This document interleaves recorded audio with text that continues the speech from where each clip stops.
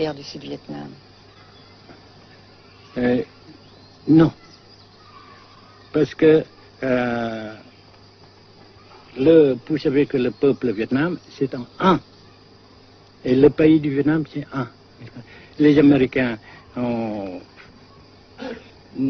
fait une guerre d'agression, comme qui dit, c'est une guerre non déclarée.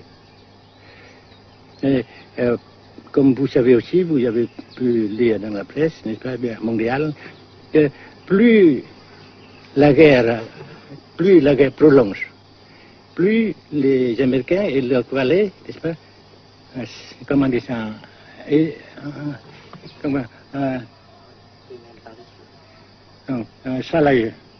s'enliser, et plus ils supportent des échecs, comme vous savez récemment, n'est-ce pas.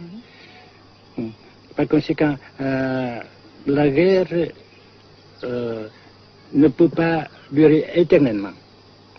Et je suis très heureux que les politiciens haut placés français ont reconnu cela.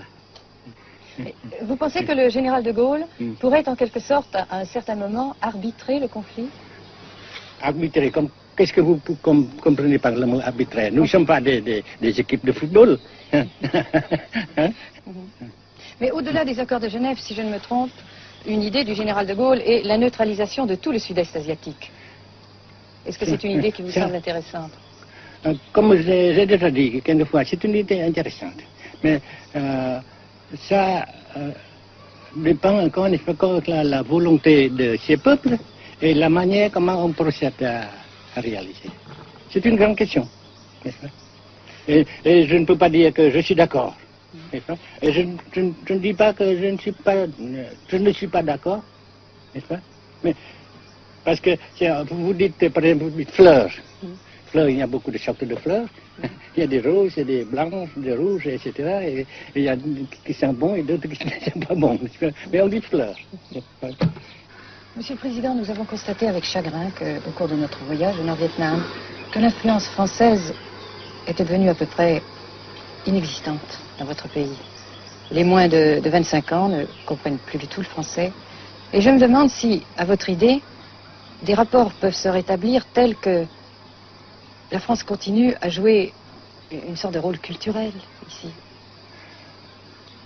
Avec la France, surtout, et avec tous les autres pays. Nous voulons avoir une coopération amicale, culturelle, économique, etc. Mais je suis sûr que vous ne voulez pas avoir, n'est-ce pas, que la France ait l'influence qu'elle avait avant. C'est une autre chose. Naturellement, c'est une autre époque. Mais coopération culturelle, économique, qu'est-ce qu'il y a encore, sportive par exemple, etc., n'est-ce pas, nous le désirons. Si la guerre se cristallise au sud et se poursuit encore pendant quelques années, pensez-vous que l'avenir économique du Nord-Vietnam soit viable? Je suis sûr que c'est non seulement viable, mais ça progresse. Parce que vous avez vu vous-même, vous avez constaté vous-même qu'ici, nous travaillons beaucoup, notre peuple travaille beaucoup, avec abnégation, n'est-ce pas, et avec dévouement, avec enthousiasme. Et d'un côté, nous travaillons pour, comment dirais-je, pour principalement, n'est-ce pas, de nos propres forces, de nos propres. Et aussi, nous avons, n'est-ce pas, l'aide fraternelle des pays socialistes, n'est-ce pas. Alors, nous, jusqu'ici et après cela, n'est-ce pas, nous avons déjà réalisé des progrès. Pas très grands comme nous voulons, mais nous avons réalisé des progrès. Et dans l'avenir, nous progressons nous-mêmes. Mais vous mentionnez là l'aide des pays socialistes. Est-ce que cette aide ne s'est pas trouvée légèrement compromise à la suite du conflit idéologique entre la Russie et la Chine?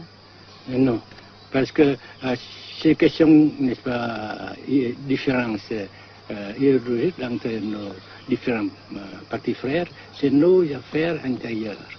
Ça passera. Et l'unité, ça se fera. Mais l'aide fraternelle continue et continuera.